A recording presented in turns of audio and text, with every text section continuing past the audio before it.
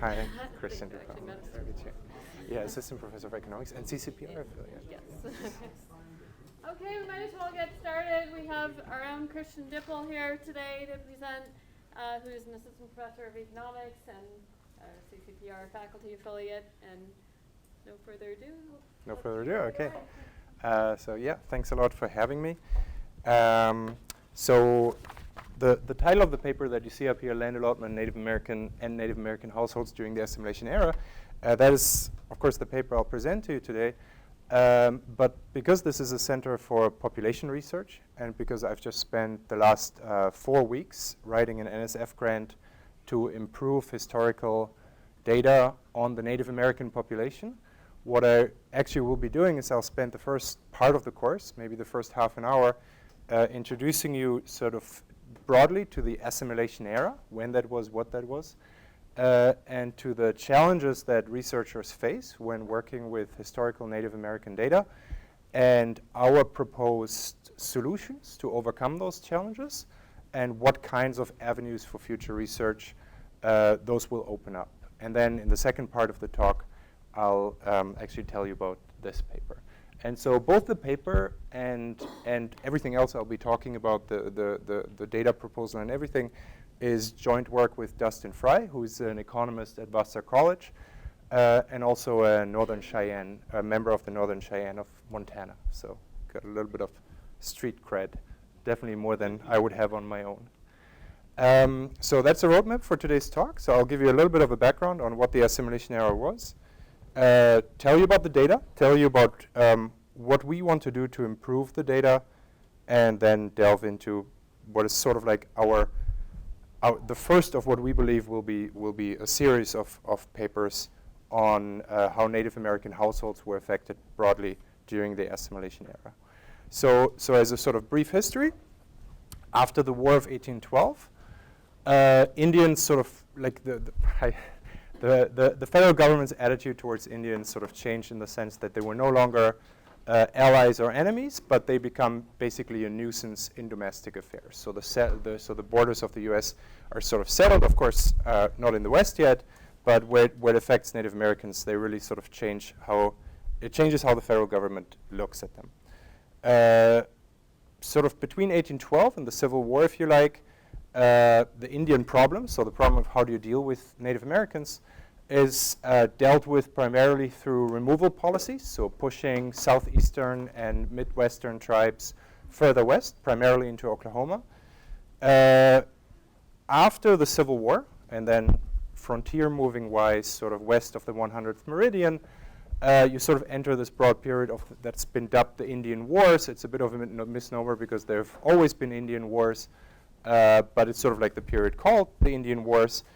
And in the beginning of that period, Native American tribes in the plains, like the Sioux and the Comanche, were very serious adversaries to the Union Army. So there was a true balance of power in the plains for maybe 15, 20 years. But then essentially with the arrival of the Hutchins gun, the whole thing is over within a year, sort of marked by the massacre of Wounded Knee. Native Americans lose any ability to resist militarily. At this point, all tribes are essentially on reservations, and so that's sort of the beginning of the reservation era, and is also the beginning of what we call the assimilation era, which I'll tell you about next. And so around this time, you have the two most salient institutions are the Indian Rights Association and the National Indian Defense Association. Around this time, you have policymakers in Washington who kind of say, well, now Indians have been defeated. We really want to find a way to integrate them into American society. And so this is kind of like the self-dubbed Friends of the Indians. And the motto of the time becomes, kill the Indian to save the men. And so from today's perspective, that sounds horrible, of course, but it's sort of worth bearing in mind that when we read something like this was something that Richard Pratt said, who was a true friend of the Indian, many of the alternative policy proposals would have been kill them all. So kill the Indian to save the men was, as horrible as that sounds today, was sort of like the best path forward from the perspective of whites who considered themselves to be friends of the Indian. And this is essentially sort of the idea of the assimilation era, is you turn this guy into that guy and integrate them into Western society so that at least there will be some sort of path forward for them to just not die in the end. Okay. So the assimilation era is sort of broadly characterized by three types of policies. And of course, this is not as well delineated as these dates suggest, but it's sort of anchored on two congressional acts, the General Allotment Act of 1887 and the Indian Reorganization Act of 1934, which ended the first two assimilation policies. So the primary initial assimilation policy was take Indian children out of Indian households and send them to Indian schools, primarily Indian boarding schools off the reservations, but then increasingly over time, just send them to schools on the reservations as well. So this was kind of like the first broad assimilation policy that started in the 1880s. The second one, which is going to be the focus of the research paper I'm going to tell you about later, was Indian land allotment. And so the idea of Indian land allotment, which officially started in the 1890s, but really only started in 1906 in earnest, was to take reservations, survey them, parcel them up into individual homesteads, give every household on the reservation a homestead that was called an Indian allotment, and then the remainder of it in the sort of like idealized view, or idealized from the perspective of the people designing the policy, was to then break up the reservation and sell the remainder of the leftover land as surplus land. And then the third sort of... Before you get to three, could I go back to your point one? Yeah. And that is ask a question, information question about whether there was a distinction between the schools that were off the reservation and the schools that were on the reservation with respect to the insistence that Indians not speak their native language. Oh, for sure. I mean, it's not something that you can probably measure, but the anecdotes would say so, yeah. And so one thing that a lot of Indians will tell you about is if you went to a boarding school that was off the reservation, it typically drew from many different reservations, the members of which, the kids of which didn't speak each other's languages. And so they, even when they were among themselves, they often ended up speaking English because they couldn't communicate with each other in their native tongue because they were drawn from a whole variety of reservations. And that wouldn't have been true for schools on the reservations, obviously. But I have the impression that, that there was a clear policy of not allowing Indian children to speak their own language, their native language, Yeah. their mother tongue, Yeah. but rather insisting that they speak English at the, with coercion as the Yeah. mechanism, beating and so on. That's how the story goes. Is it true or not? I guess. Yeah, I can't measure it, so I can't tell you.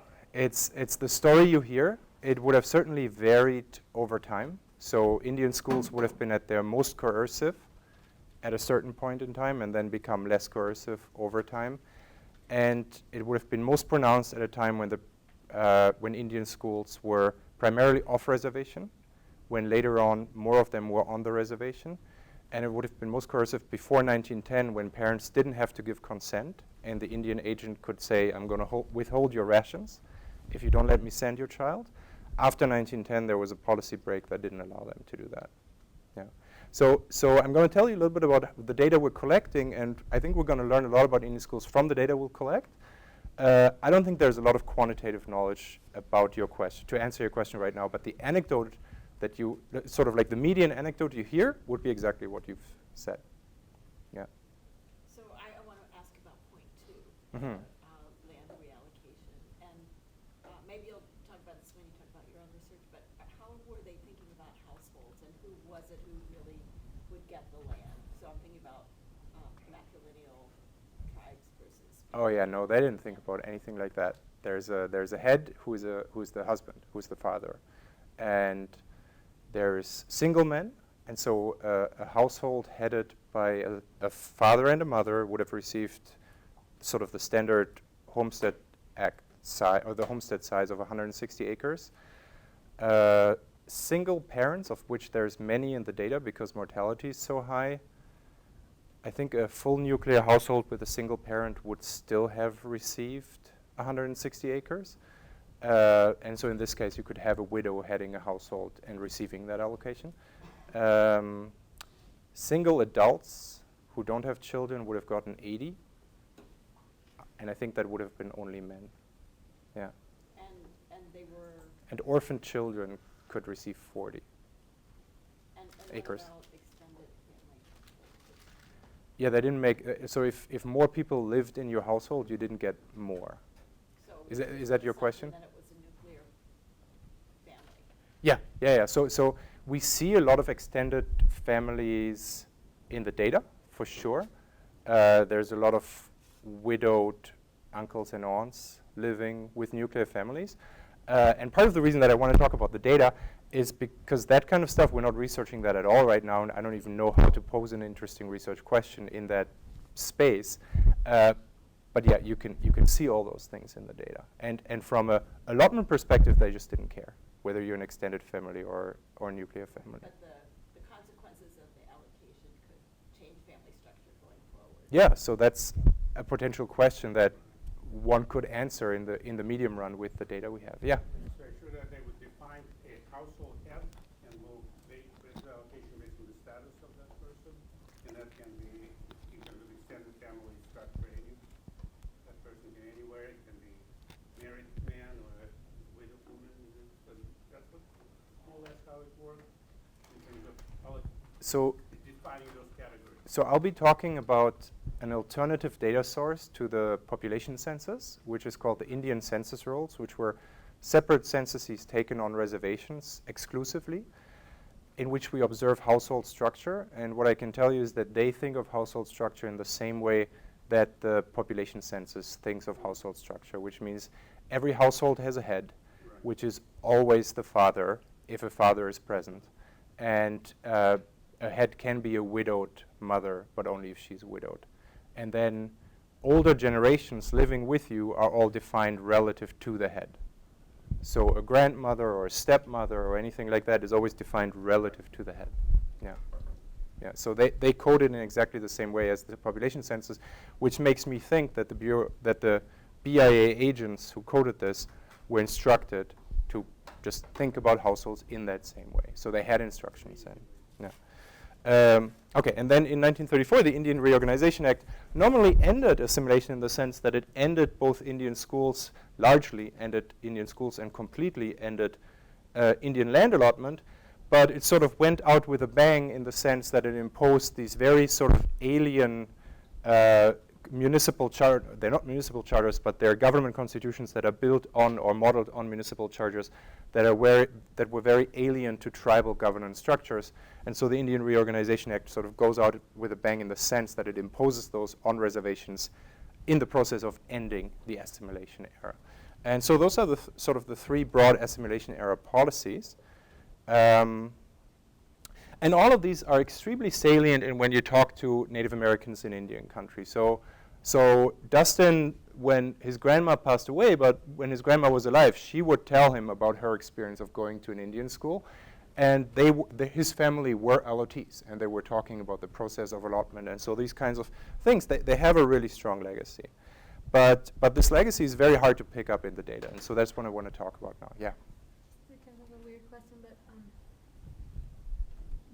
what was the thought behind these policies and implementation? And was there some kind of, like I guess I'm thinking, for instance, in Australia, they did kind of similar policies. So were they borrowing from the experience of Britain? Or maybe I'm wrong about what they did in Australia, but like, was there some kind of a model that they had from colonial times or something else that was leading their thinking about why implementing these policies?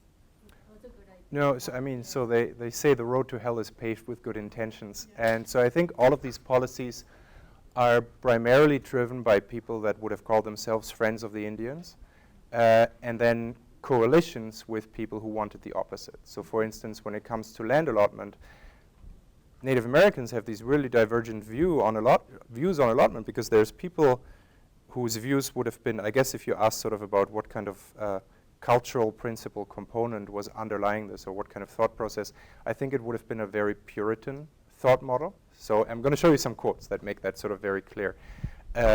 the idea that private property and saving, investing and saving are things that make you like a virtuous person, and that collective is a bad thing and individual is a good thing. So those are like very strong ideas in all of this. Many of the people who would have implemented or pushed those policies would have genuinely, I believe, thought that that's the best way forward for Native Americans. And then they would have formed political coalitions with people like land speculators who really just wanted to grab the leftover surplus land. Yeah. But I'll show you some sort of like really nice quotes, including a quote by Teddy Roosevelt that sort of give you a good flavor of you know, culturally what policymakers were thinking in instituting this. Yeah. So this assimilation in South America was mainly driven by the church. Was there any religious institutions involved in that? Yeah, early on, so when Ulysses Grant, who was himself like a real friend of the Indian, like genuinely, he kind of thought the best way forward would be to have reservations run by clergy. And so there was a period early on in the 70s and 80s when the clergy became really, really powerful. And most schools on reservations would have been mission schools, but that period passed pretty quickly. By 1890, that's kind of over. Yeah. So the clergy is nowhere near as important in the US when it comes to Native American experience as it is in South America, where we know that was very important. Yeah. Partly because policymakers in Washington are all Protestants, and really the only church that's sort of like, or the comparative advantage of doing the kind of thing that you're talking about lay with the Catholic Church. So I think that probably contributed to that. Okay, right. So brief, it's never that hard to motivate research on Native Americans today because they're the poorest census-defined racial group in the US by some margin today. They have the highest rate of violent victimization of any group. So the 3% of Native Americans every year experience physical violence compared to 1.3% for blacks and just over 1% for whites and Asians. And they have by far the poorest health outcomes, including really terrible diabetes, obesity, lots of substance abuse problems. So anything you can think of, Native Americans are going to be the worst on, whether it's income, health-related things, happiness. Well, happiness, I don't want to say, I'm not sure.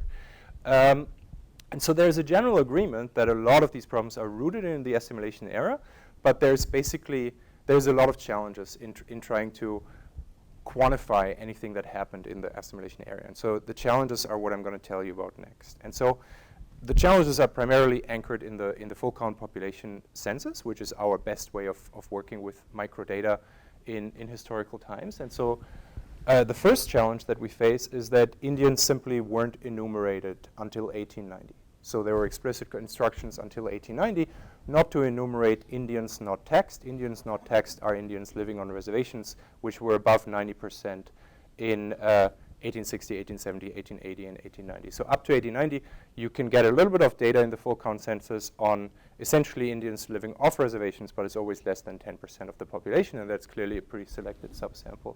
1890 enumerated Indians, but then the 1890 full count census burned, so we don't have that.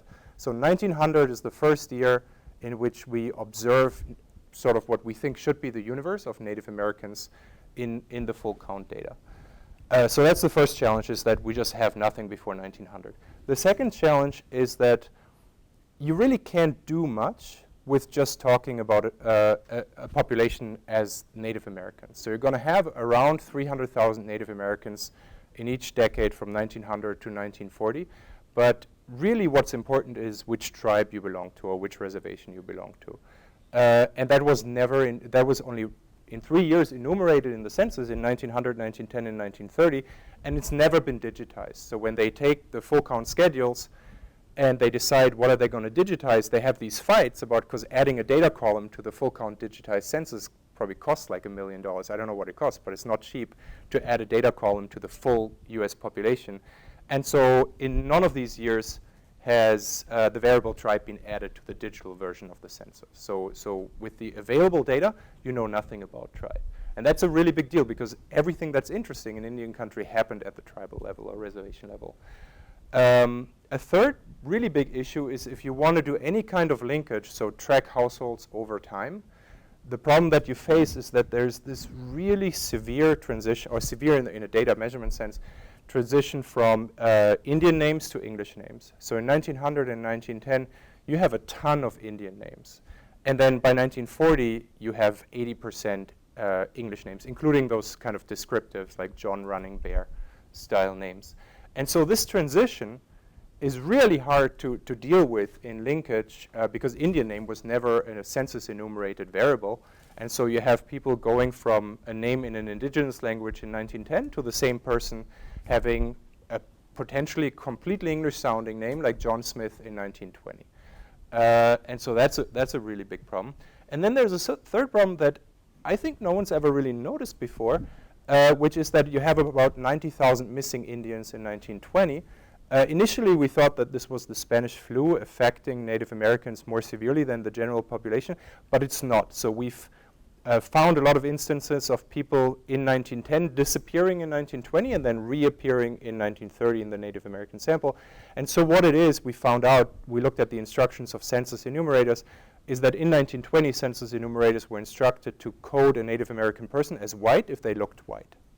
And so you just have this kind of like downward bump where you're just being called white. And so you're in the data, most likely, like most of these people should be in the data, they're just not called Native American. And so you just got to do a bunch of work to find them. So they're not missing in the sort of in the complete sense, but you got to work to find them.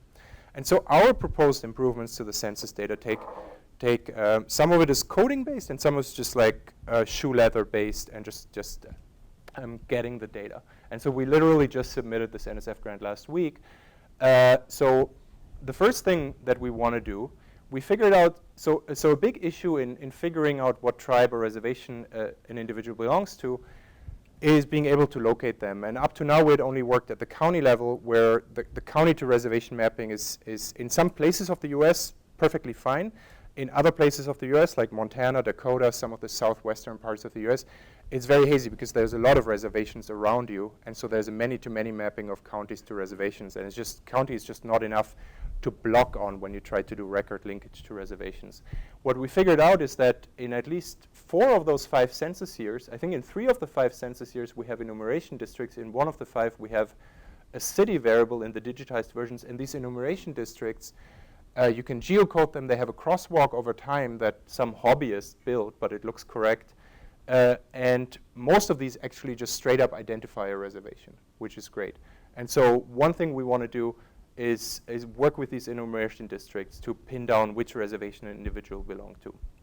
A second thing, and this is really where most of the sort of data collection muscle is going to go in, is we're going to collect these alternative censuses called the Indian census rolls, which I'm going to show you some pictures of in a minute, which didn't collect any outcome data because they were just enumerations of the people living on reservations, but they collected a whole bunch of things that are relevant for anyone doing research on Native Americans, and were only collected there. So they collected tribe because they were collected at the reservation level, and if there was a member of a different tribe living on a specific reservation, they would tell you.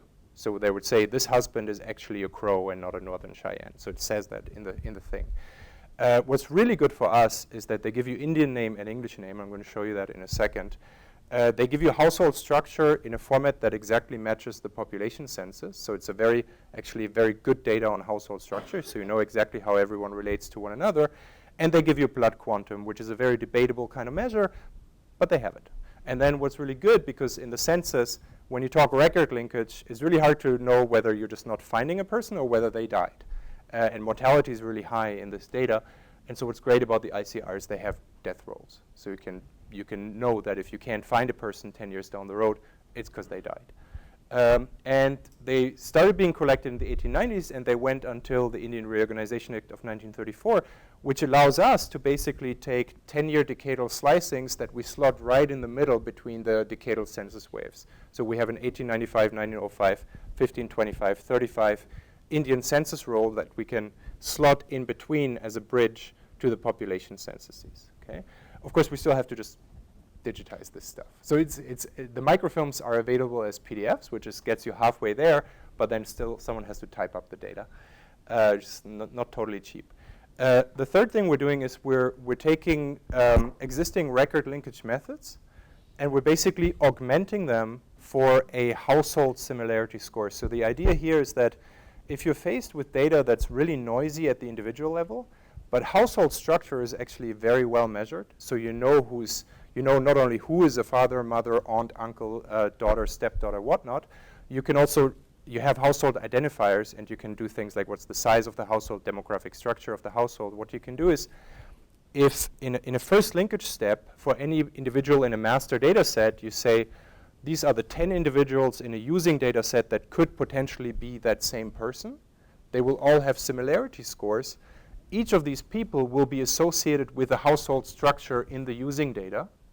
And then you can measure how similar is the structure of the household in the using data associated with one potential match to the structure of the household of the record in the master data set. And then you can augment your individual similarity scores to take account of which households look more similar. And so that's what we do. And you can make that, depending how sensitive you are to computational time, you can make that a very rich kind of augmentation, or you can make it a more simple one. We do one where we just count the number of people in the household, and we have dummies for is there a father and a mother present. Okay? And how much variations there is in this dimension? how much variation? Yeah.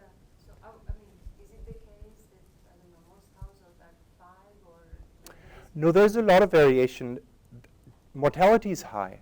And I think whenever there is high mortality, you're going to get a lot of variation in household size. And then the second driver is, and I haven't looked into this in much detail, but we have every reservation mapped to the ethnographic atlas, so you can look at things like cultural traditions of nuclear versus extended family. So there's going to be some of that. So some tribes are going to have a naturally higher propensity, at least in those early days, to be organized by extended family. So that's something we can look at. But even if they were all on a nuclear family model, mortality is so dang high that you're going to get a lot of sort of forced extended families where widows with children are moving in with their sisters or brothers and things like that. Yeah. So I guess this comes back to my initial concern about the definition externally imposed about a household, because if the external definition doesn't fit the naive definition, then there's going to be a lot of fuzziness about who really lives in the household and who really does not. Yeah. And that That's true. varies by these kinship rules, for Yeah. example. So I mean, at the level of analysis we're talking about right now, that's just a pure measurement issue. But then you can make that a research question in itself. But yeah, for us right now, we're interested in linking individuals. And so one thing is, if you have members of extended families in 1 year, they're going to be coded as being the aunts and uncles of household 1.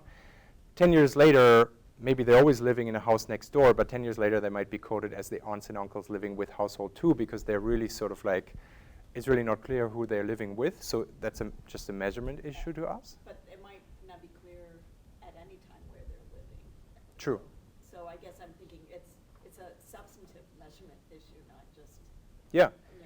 a mechanical one, right? Because Yeah. if with the ethnographic data you could figure out which reservations that's more likely to have to use a Right. somewhat different version of the algorithm. for Right, those right. kinds of reservations. So I guess from a measurement perspective, where it would become an issue is if you have lots of sort of transient extended family members who also share names and ages, then it becomes like you just wouldn't know, sort of in the extreme. I don't think that's really going to be the case. So at the end of the day, it's probably not going to impact you too much in terms of being able to pin down that this individual in 1930 was that individual in 1940. So one thing you're going to see is, and maybe that's a better answer to your question, a manual step in this is incredibly important, because no matter how much algorithm we throw at it, there's a ton of noise in this. And so what we did in the first step is we had 6 RAs spend 10 hours a week for the entire fall quarter, so that's 600 person hours, cleaning 2,500 anchor households with their linked households in a data set I'm going to show you.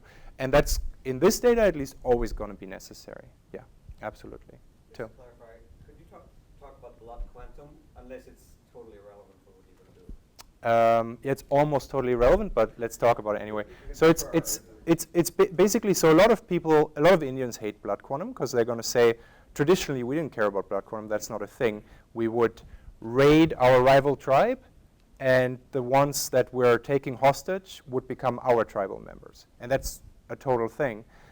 So tribes traditionally, at least the more warlike ones, would totally replenish themselves by raiding other tribes, and they would then, of course, become tribal members. So the first person who talks about blood quantum is Supreme Court Judge Taney under the Jackson administration in the 1930s. Indians hate talking about blood quantum because they say it's an inherently racist measure.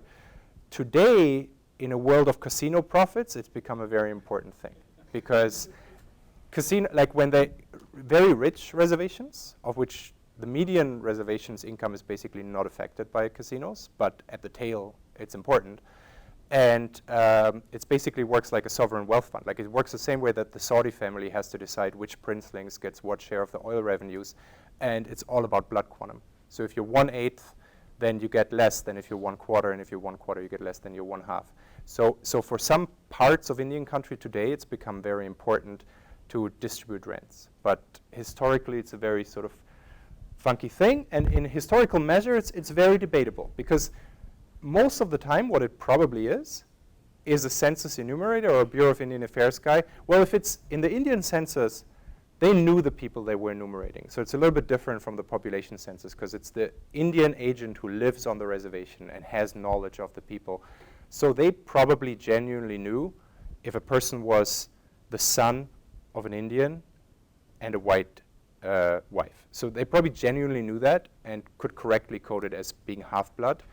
But oftentimes they may have just guessed and said, you look kind of Indian, I'm going to call you half-blood. Or you look fully Indian, I'm going to call you full-blood. So it's not totally clear how well this is measured. And like I said, a lot of people really hate this measure. So it's there, is all I'm going to say for now. To what extent are people who are not 100% members of the tribe coded as members of that tribe and some other tribe, and to what extent are they coded as Indian versus some proportion Indian versus white? Oh, I see. No, blood quantum. That's an interesting question. It's gonna be rare for a person to. Well, maybe not that rare. Okay, better answer. A person who is a child of two parents from different tribes will be coded full blood. So the purpose of blood quantum. And I can see where you're coming from, because from today's perspective, of one reservation is rich, the neighboring reservation is poor, and they care about their reservation's blood quantum on the rolls. So every reservation today has membership rolls, so they know internally. This is a little bit different. This is the Indian agent saying, as an Indian, are you half-blood or full-blood? And so an Indian whose parents came from two separate tribes would have been full-blood in this data. But I see where you're coming from. Today, we're in a different world, yeah. Yeah? Sorry, I came in a little late. Yeah, I noticed that. Busy day. So one question is, what is the coverage of the Indian census rolls over time? Meaning, does it have this full coverage? Like No, there's plenty of holes in it. Yeah. Yeah. And what are the extent of those holes? And then just building on Don's question, I was curious whether you could use blood quantum to infer potentially the probability that someone would be reclassified as white. I mean, that gets into very So that is one. Yeah, I mean, you're going to get a lot of grief with that research question, but you can ask it. But just as a machine learning. Yeah, you can ask it in the data, totally. Once everything is put together, you can ask that in the data. So you can ask, in 1920, are you more likely to disappear from the race equals Native American classification if in the Indian census rolls you were a half-blood or quarter-blood, or maybe, yeah, totally. Okay, so yeah, you can absolutely do that. And so what do we get from all the things we plan to do? The first is you're going to get a consistent data set of the universe of American Indians in 5 decadal census waves. And it's going to be around 300,000 in each of these years. The second is we think we're going to be able to assign a tribe or reservation identifier to the vast majority. We expect 90% of these people. We can assign a tribe or reservation identifier to them, bearing in mind, so like the phenomenon of the urban Indian, which you get in Denver, in Phoenix, in LA, in New York. That's a story of the 1950s and 1960s. So Indians that lived off reservations in this data, most of the time they live right next to a reservation. So Billings, Montana is going to have a bunch of Native Americans in 1940. Billings is right next to the Crow and the Northern Cheyenne. So it's not, so this sort of phenomenon of Native Americans living far away in space from reservations, that doesn't exist until the 1960 census, which we don't have yet. So we're going to be able to assign tribe or reservation to most individuals, which is super important when you want to study really almost anything in this data. We think we can link a very substantial chunk of the population internally over time. And there's going to be just lots of interesting things. I just threw a bucket list out there, partly because I know I'm presenting in front of a population center. And honestly, I don't know what kinds of questions you could ask. But you could ask a lot of questions. You have changing family organization. You have a ton of death in this data. You have a lot of widows and orphans. You have some migration, typically not far away. And then you have a ton of name changing, which I think in itself is quite interesting. So one thing that you get a lot of is you get the kind of indigenous language to English language, but then you get a lot of this kind of like fully descriptive name, like Little Running Bear. And then Little Running Bear is told that Little Running Bear doesn't really fit very neatly into our first name, last name classification. And so they become Joe Bear. And so that, to me, doesn't sound like an economic research question, but I think there is some kind of research question in there that you're going to be able to ask in that data. And then to us, important is that you can assign other kind of microdata that exists out there. And so one of it, which I'm going to show you today, which we're actually working with right now, is because the Indian census rolls have land allotment numbers, which I hadn't told you up to now, to get a little bit of a effect here on this bullet, you can link them to Bureau of Land Management data on Indian allotments. And so that's what we're doing for the project that I'm going to tell you about now. You can assign finely grained, spatially georeferenced homesteads, I'm going to call them for now, to each person who got a land allotment. And you can look at the consequences of Indian allotment on individual Native American households. This goes back to the schooling question. So the only thing we know right now is that there are 69 boxes of sheets of school rolls in the National Archives in DC. So all they'll do is, if you have them on the phone, they'll go in the basement and they'll tell you, yeah, there are 69 boxes, and then you ask them, can you open some? And they won't take a picture for you. They'll just say, yeah, there's about 1,000 sheets in a box. And so that's what we wrote in a proposal, is that we're going to have someone go there and take 1,000 times 69 pictures for us and then enter that data. And so it's going to be, we think, the universe of Indian schooling rolls. Now, what those rolls have is they have tribe information, because the issue is if you have like Carla Indian School in Pennsylvania and all you have is a name, you're not going to be finding that kid.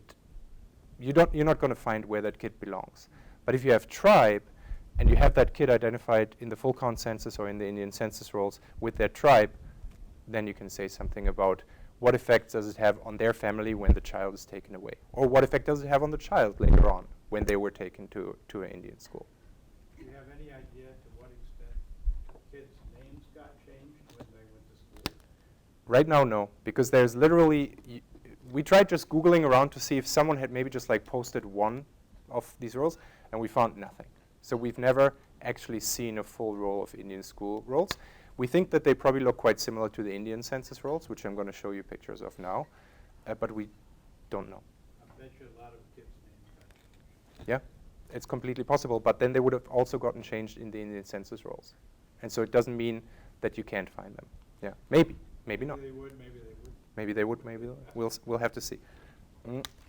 So record linkage to us is going to be super important, both for the projects I'm going to tell you about today and for just like making this data accessible. And so I'm going to tell you real quick. So the two big things that you have in this data that make your life miserable is that names are changing at just like a rate that's just like kind of crazy, or in a way that's kind of crazy. And then also people really don't know when they were born. And so even with links that we're super confident in, the reported birth year can just be way off by like 10 years, especially among older people, because they don't come from, at this point in time, come from a culture with birth certificates. One solution is better data, and that's the ICR. I'm going to show you that in a second. And a second solution is sort of like a little bit of a combination of better algorithms combined with more RA hours. And I'm going to show you what we did there as well in a second. So this is an example of the Indian census rolls. This is the Shawnee, and this is the 1905 census, the 1916 census, and the 1934. And the point I want to make here is, so this is the Panthers, and the Shawnee, there wasn't a Shawnee census before 1900.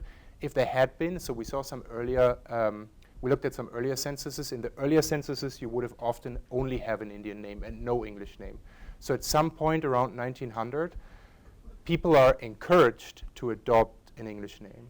And among the Shawnee, and this is not typical, it really varies a lot across tribes. Among the Shawnee, a lot of the names are clan-based, which means animal-based. So you got a lot of snakes and beavers and panthers. And so this is one of the panther families, which is, I'm assuming, a panther clan. And so you got Collins Panther and Sally Panther, who have their indigenous Shawnee names. And they have a 1-year-old daughter who only has an indigenous Shawnee name. 10 years later, that daughter has been given an English name. She's Lily. And the next son they had 3 years later never even received an indigenous name. So this son was only given an English name. And so there's a transformation, given the choice of reporting both, there's a transformation in what people reported. So if you took this back to the relatively rare, unfortunately, so pre-1900, the data, there's few ICRs surviving, but for the ones we looked at, it's all indigenous names, pre-1900. So there's a transition, given the choice, from having indigenous names only to having both to having only English. And then in 1934, they stopped even giving you the choice in the Indian census rolls of even reporting an indigenous name. So here, Collins Panther is just Collins Panther and his wife Sally, and that's just it. And so like all traces of their indigenous name heritage have been sort of are no longer recorded. So that's the Indian census rolls, to give you a little bit of a sense of how that can help you build bridges over time. When it comes to the record linkage of household, I want to show you this other example from the Cespuches, which just makes sort of the point that household information can be very useful in a world where most record linkage methods are still at the individual level. So the feature that should jump out at you here is, so this is a 4-person household in the Indian census rolls, and the same, I'm convinced, 4-person household in the 1940 full count census. What should jump out at you is the fact that if you looked at any of these matches individually, each match would look pretty iffy, because the last names are always off by the first letter, which, by the way, most record linkage methods by default block on first letter of last name. So right away, you wouldn't even have any chance of matching these guys if you just took the sort of off-the-shelf most default way to do it. Every first name, with the exception of Ellen, is off by a little bit. So Juan is Juan, Ellen is Ellen, Louis and Louis are spelled very differently, and Deboya becomes Dovelia. So each of and then birth dates, birth years, are always off by a year. Okay.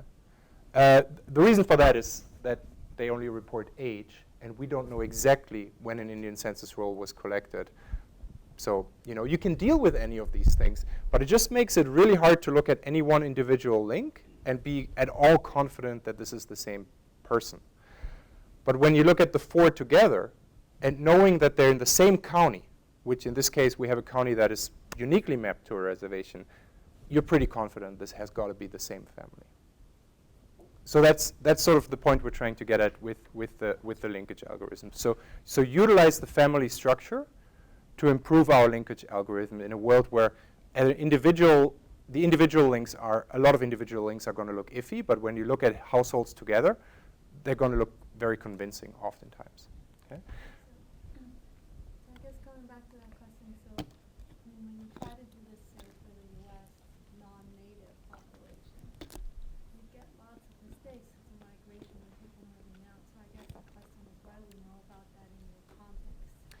Yeah, so the saving grace, the single saving grace of Native American data is that they don't really move in this time yet. If you take this forward into the 50s or 60s, it's going to become an issue. So mobility, mercifully, is going to be very low.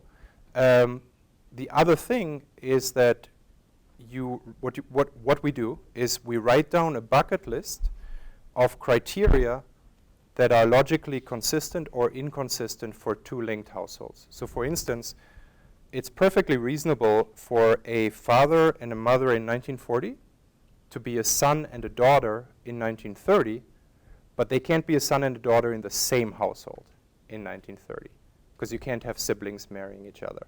So we have a bucket list of criteria like that flag to us households that we need to check for consistency.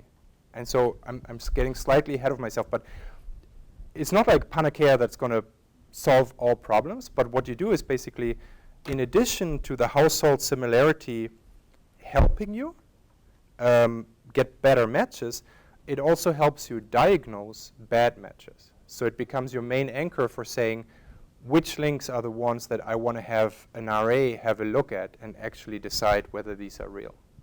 And so what we do is in the first stage, everything is just whatever record linkage you want to use, doesn't matter, to determine for each master observation a set of potential using data links. Then you code for each observation in both master and using data household structure information. And so depending how much computation power you have, you can make that very sophisticated, like demographic structure in a household, or you can keep it quite simple. And the other thing is, if you're linking two data sets that are recorded at similar times, you have a higher chance of household structure actually being similar. The longer the time horizon, so when you're linking over time, you just have a ton of sons and daughters becoming fathers and mothers naturally, and so the idea of household similarity it becomes less useful, right? So that's important to bear in mind. You augment each similarity score by a household similarity, and then you do the same best of grid search, which basically uniquely gives a unique using observation to each master observation and not allowing any duplicates across the grid, but on the augmented score. And then you use these kind of like this bucket list of things that you determine this would be a household linkage that would seem weird. So you work through that bucket list and you flag all households that are weird in some way or worth checking, and that's the manual part. So we put about 600 person hours into that in the fall to clean about 2,500 households. And so this is, yeah. So I engaged in a similar exercise, but not nearly as well thought out in South Africa. And one of the places that things fell apart was this issue of removing folks off the grid when they match, because that depends on non-duplication within any round of the census. Mm-hmm. So to what extent do you, and internal migration, say during the census period, there are household splits, things like that, anything that leads to the same household showing up more than once or not at all during a round. I describe it as a game of concentration where you don't know if every card has a pair. To what extent do you feel comfortable that households, regardless of how their race is coded, but that every household is coded once and only once in each round, and to what extent are you relying on this? So that I'm pretty confident in.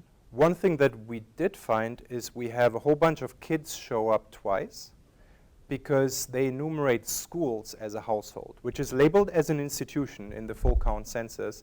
But so the census enumerator will show up as an Indian school, which, by the way, means that Indian schools are actually in the full count census, but the full count census is very silent on what they actually did with that. We know that there's a bunch of Indian schools in the census because we have a bunch of kids show up twice, because the census enumerator would show up presumably at the school in March, write down all the kids, and then he would show up at the household in the summer when the kids are home and write the kid down a second time. So we found a bunch of kids twice, and whenever we found them twice, it was once in an institution.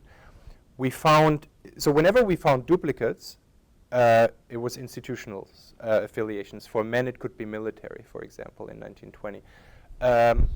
We don't think that, I think my impression was that people generally trust that the full count population census enumerates the full count of the population. Where I think you can get a danger is that in 1920, we know this for sure, but there can be fluctuation in other years that people are classified as white. So you could have people disappearing.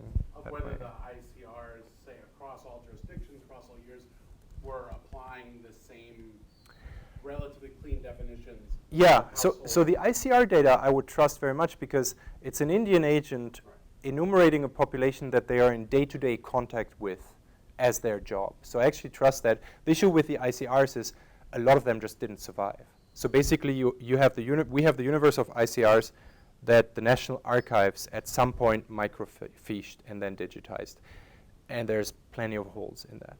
Yeah, and you're going to get holes. So you're going to get holes in that ICR data for sure in just those roles. Many of these roles have just been lost, and I think probably lost forever. Yeah. Okay. Let me give you a brief example. It's going to get a bit tight with actually showing you any research. You know what? This takes so long to wrap your head around.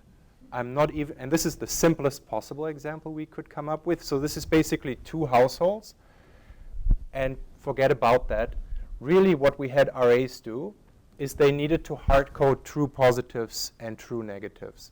And so a true positive could either simply confirm a linkage that's there. So 2 people being in the same row from 2 different data sets is an algorithm determined linkage.